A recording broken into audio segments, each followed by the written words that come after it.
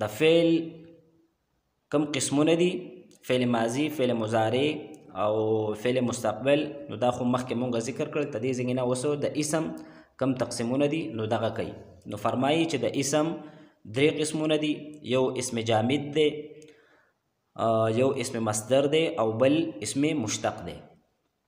لومبه مونږ ته دې تعریفونه ذکر کوو او صاحب کتاب هم ذکر کړی دي. اسم جامد وہ اسم ہے جو نہ تو خود کسی سے بنے اور نہ ہی اس سے کوئی کلمہ بنایا جائے. یعنی دا نه د چا نه جوړ شوی او نه د او نه ته د نه څه جوړیږي، یعنی نه دا د چا نه مدد اخلي او نه د بل چا دا مدد کوي، په خپله پوره دی. اسم جامد دا به مونږ هغې اسم ته وایو چې دا نه د چا نه جوړ شوی او نه ته دې نه نورې کلمې جوړیږي. لکه فرس دا اسم جامد دی، ابراهیم، ابابیل، برزخ او داسې نور الفاظ لکه زید، عمر، بکر وغیره. دویم د اسم مصدر. اسم مصدر دا هغې اسم ته وایي چې دا خو په خپله د چا نه جوړ شوی لیکن ته دې نه نورې کلمې دا ته جوړیږي. مثلا علمن دی، علمن دا مصدر دی، ته دې نه کم افعال دي، علما، یعلم وغیره دا ته جوړیږي، یو لویه سلسله ده. نو اسم مصدر دا به مونږ هغې اسم ته وایو چې دا خو په خپله د چا نه جوړ شوی لیکن ته دې نه نورې کلمې دا جوړیږي. دریم دی اسم مشتق. اسم مشتق دا هغه اسم ته وایي چې دا د بل نه جوړ شوی خو ته د نه نورم جوړیږي، یعنی په خپلم د مدد اخلي خو د نورو هم په کار باندې راځي. نو دا اسم مشتق دا د اسم جامد الټ دی. اسم جامد کې مونږ دا خبره وکړه چې هغه نه د چا نه جوړ شوی او نه ته د نه څه جوړیږي، او اسم مشتق کې مونږ دا خبره وکړه چې هغه هم د بل نه جوړ شوی خو ته دې نه نور هم جوړیږي. مثلا عالم دی، عالمان، عالمونه، نو دا ټول اسم مشتق دی. او په دې کم قسمونه دي نو هغه مصنف به انشاءالله تعالی ذکر کوي د اسم مصدر کم قسمونه دي. نو اوس دلته که مونږ وګورو عالم، نو دا اسم فاعل دی، دا د مضارع نه جوړ شوی دی، بیا ته دې نه دغه د تثنیې صیغې جوړیږي، عالمان، عالمونه وغیره. دغه شان د کومه فعل مضارع ده، یعلم، یعلمان، یعلمونه، نو دا هم اسم مشتق دی او دا د مصدر نه جوړ شوی دی، او بیا ته دغه مضارع نه اسم فاعل، اسم مفعول وغیره دا جوړیږي. نو خلاصه دا شوه چې د اسم درې قسمونه دي، اسم جامد، اسم مصدر او اسم مشتق. بله اهمه خبره کوي چې اهل عربو د اسم مصدر نه دلته دا دوه نور پرېښودل او اسم مصدر ته راواغیست. د اسم مصدر تعریف به مونږ په ذهن کې ساتو چې اسم مصدر هغه ته وایي چې دا خو د بل نه جوړ شوی لیکن ته دې نه نور کلمې دا ته جوړیږي. نو عربو ته دغه اسم مصدر نه 12 څیزونه مشتق کوي، یعنی 12 څیزونه ته جوړوي. بیا په دغه 12 څیزونو کې شپږ اسمونه دي او شپږ پکې فعلونه دي. لومبه کم افعال دي نو هغه ذکر کوي. نو فرمائی اسم مصدر سے بننے والے 6 فعل، هغه شپږ افعال کم دي؟ فعل ماضی، فعل مضارع، فعل جحد، فعل نفی، فعل امر او فعل نهی. اوس ته دې تعریفونه هم کړي دي. د فعل ماضی مضارع تعریفونه مخکې مونږ کړي خو مختصرا یې ذکر کوو.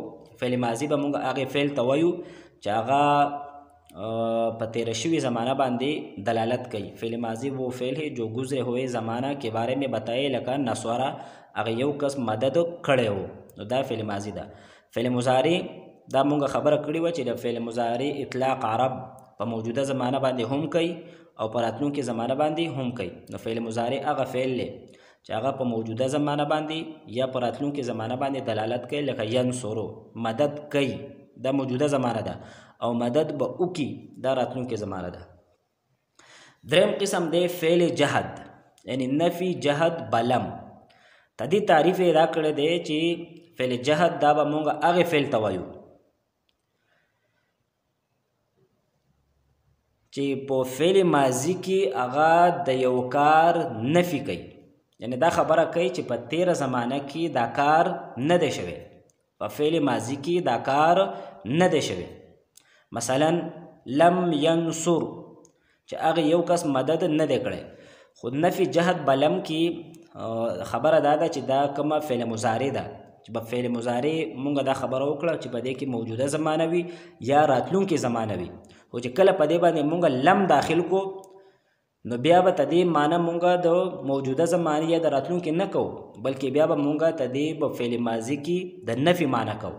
نو دلته لم ینصر معنی به مونږ دا کوو چې هغه یو کس مدد نه دی کړی. نو چې کله په مضارع باندې لم داخل شي نو دې ته مونږ نفي جهد فعل جهد بلم وایو. ان شاء الله تعالی تدې ګردانونه او تدې تفصیل دا به مخې ته راځي، خو چې دا خبره زمونږ په ذهن کې وي چې فعل جهد څه ته وایي. فعل جہد وہ فعل ہے جس میں کسی کام کا انکار ماضی میں سمجھا جائے، البتہ یہ فعل مضارع پر حرف لم لگانے سے بنتا ہے جیسے لم ینصر. سلورم نمبر فعل نفی. فعل نفی وہ فعل ہے جس میں کسی کام کا انکار حال یا مستقبل میں سمجھا جائے. فعل نفی عام ده بس هغه موږ ته دا وایي چې دا کار نه دی شوی، خوا که په موجوده زمانه کې نه شوی، که په مخکنۍ زمانه کې نه شوی یا په راتلونکې زمانه کې نه شوی. پنځم نمبر فعل امر. فعل امر وہ فعل ہے جس میں کسی کام کا حکم دیا جائے چې په هغې کې د یو کار حکم کوي چې دا کار ته وکړه، انصر ته مدد وکړه، قم ته ودرېږه، اکتب ته ولیکه وغیرہ، چې په هغې کې د یو کار حکم شوی. او فعل نهی وہ فعل ہے جس میں کسی کام سے روکا جائے چې په هغې کې د یو کار نه منع کړی شوی چې ته دا کار مه کوه، حکم شوی. یعنی لا تنصر ته مدد مه کوه، لا تضرب ته وال مه کوه، لا تقوم ته مه ودرېږه. دلته هم دا خبره مونږ وکړو چې فعل نفي یو راله یو فعل نهي راله، په دې کې فرق څه دی؟ نو په فعل نفي کې خو صرف مونږ ته دا وایي چې دا کار نه دی شوی، صرف دا کار د نه کولو ذکر دی. مثلا باران نه دی شوی، ما سبق نه دی یاد کړی، زه سکول ته نه یم تللی، هغه دا کار نه کوي. او فعل نهي کې د یو کار د کولو نه منع کول دي چې ته کار مه کوه، ته لیکل مه کوه، ته خبرې مه کوه، ته سبق مه یادوه. نو دې ته فعل نهي وایي چې په هغې کې د یو کار نه منع شوي ده. او بل لفظي فرق هم په دې کې شته دی چې کوم لای نفي ده نو هغه چې کله به فعل مضارع باندې داخل شي نو هغې کې څه لفظي عمل نه کوي، او چې کومه لای نهي ده هغه چې پې داخل شي نو که په آخر کې پیش وي نو دغه پیش په جزم سره بدلی، او که چېرې حروف علت وي نو دغه حروف علت دا ترې غورځئ. انشاءالله تعالی په دې چې کله ګردانونه راشي نو دا خبره به واضحه شي. نو دا هغه شپږ افعالو کم چې د مصدر نه جوړېږي، دا خبره مونږ کړې وه چې د اسم مصدر نه 12 افعال مشتق کېږي. نو د هغې ذکر صاحب کتاب وکړو، فعل ماضي، فعل مضارع، فعل جهد، فعل نفي، فعل امر او فعل نهي، او د دې تعریفونه او مثالونه هم ذکر کړل. اوس د اسم مصدر نه چې کوم شپږ اسمونه جوړېږي د هغې اجمالا ذکر کوي او بیا د هر یو تعریفونه او مثالونه ذکر کوي. نو هغه شپږ کوم دي؟ اسم فاعل، اسم مفعول، اسم تبذیل، اسم ظرف، اسم اله او صفت مشبه. اسم فاعل دا به مونږ هغې اسم ته وایو چې دا په هغه ذات باندې دلالت کوي چې څوک کار کوي، یعنی کم کار کوونکی دی. نو دغه ذات ته به مونږ اسم فاعل وایو، لکه ناصرون مدد کوونکی، ضاربون وهونکی، کاتبون لیکونکی، فاعلون کار کوونکی، عالمون عالم وغیرہ. او اسم مفعول دا د اسم فاعل الټ دی.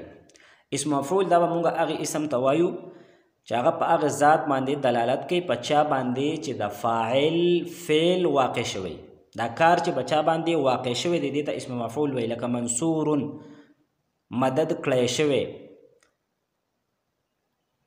مضروبون وهلی شوی، مکتوبون لیکلی شوی. نو په دې باندې د فاعل کم فعل دی دا پې واقع شوی دی، دې ته اسم مفعول وایي. او ته دې به انشاءالله ګردانونه او بحث به په دې باندې وروستو بیا راځي انشاءالله. دریم دی اسم تبذیل. اسم تبذیل دې ته وایي چې دا په هغه اسم باندې دلالت وکړي چې په هغې کې صفتي معنا یا معنی مصدري معنا د بل ذات په نسبت باندې ډیره وي. اسم تبذیل دا به مونږ هغې اسم ته وایو چې هغه په هغه ذات باندې دلالت کوي چې په هغې کې صفتي معنا د بل ذات په نسبت باندې زیاته وي. اسم تبذیل وہ اسم ہے جو کسی ذات میں دوسروں کی بنسبت صفت کی زیادتی ظاہر کرے. مثلا انصرو مونږ داسې وایو چې زید انصر من عمرو چې زید د عمر نه ډیر مدد کړی دی. نو دلته د مدد کول دا یو صفت دی، صفتی معنی ده. نو زید هم مدد کړی دی او عمر هم کړی دی. خو د انصر اسم تبذیل مونږ ته دا وویل چې د زید د عمر نه ډیر مدد کړی دی. یا مثلا زید ازرب من عمرو، زید د عمر نه ډیر وال وکړل. نو دلته هم ازرب دا خبره وکړه چې په زید کې د کم صفتی یا مصدری معنی ده د والو، دا د عمر په نسبت باندې په زید کې ډیره ده. څلورم قسم ده اسم ظرف. اسم ظرف وہ اسم ہے جو کام ہونے کے وقت یا جگہ کو واضح کرے. اسم ظرف دا به موږ هغه اسم ته وایو چې هغه د کار کولو کم وخت دی یا ځای دی دغه واضح کی. نو ته دې تعریف نم دا خبره معلومه شوه چې د اسم ظرف تعلق د دوو څیزونو سره دی، د ځای سره هم دی او د وقت سره هم دی. نو دې وجې نه د اسم ظرف دوه قسمونه دي، یو دی ظرف زمان او بل دی ظرف مکان. ظرف زمان دا هغه اسم ته وایي چې هغه د کار کولو زمانه او د کار کولو وخت وخی. مثلا منصور د مدد کولو وقت، د مدد کولو وقت. نو فرمائی اسم ظرف کی دو قسمیں ہیں، نمبر 1 ظرف زمان، نمبر 2 ظرف مکان. ظرف زمان وہ اسم ہے جو کام ہونے کا زمانہ بتائے جیسے منصور مدد کرنے کا وقت، اور ظرف مکان چاہے کہ د کار کولو د ځای ذکر ہوئی. ظرف مکان وہ اسم ہے جو کام ہونے کی جگہ بتائے جیسے مجلس د کېناستو ځای، مسجد د سجدے کولو ځای، یا مطبخ د خوراک کولو ځای وغیرہ وغیرہ. نو د اسم ظرف دو قسمونه دي، یو ظرف زمان دی او بل ظرف مکان دی. ظرف زمان چې د هغې تعلق د زمانې سره وي، او ظرف مکان چې د هغې تعلق د مکان او د ځای سره وي. 5 نمبر اسم اعلیٰ. اسم اعلیٰ وہ اسم ہے جو کسی کام کے ہونے کے اعلی یا واسطے کو واضح کرے. اسم اعلیٰ دا به مونږ هغې اسم ته وایو چې دا کار په کم څیز باندې شوی دی، په کم الی باندې شوی دی، په کمې واسطې باندې شوی دی چې دغه واضح کړي. مثلا مصباح، مصباح چراغ یعنی روشنی کا آله، چې کم بلب وغیره دی دیتا مصباح وی، ځکه چې دا د رڼا کولو آله او یو ذریعه ده. میزان کومه تله ده نو عرب دی ته میزان وی، ځکه چې په دې باندې وزن کیږي، دا د وزن کولو آله ده. او 6 نمبر صفت مشبہ.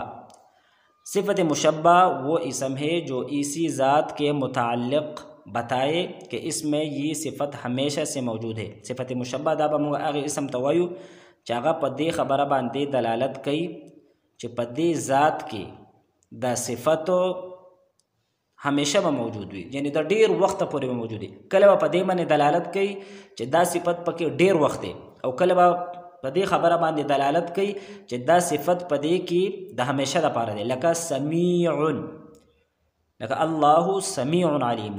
نو سمیع دا صفت مشبہ دی چې په الله کې د اوریدلو دا کم صفت دی دا د همیشه دپاره دی. نو صفت مشبہ هغې اسم ته وایي چې هغه په دې خبره باندې دلالت کوي چې ته دې کم ذات دی نو په هغې کې دغه صفتي معنا د همیشه دپاره ده. سمیع، علیم، بصیر، کبیر وغیره د الله چې کم صفات دي نو هغه اکثریت کې صفت مشبہ دي.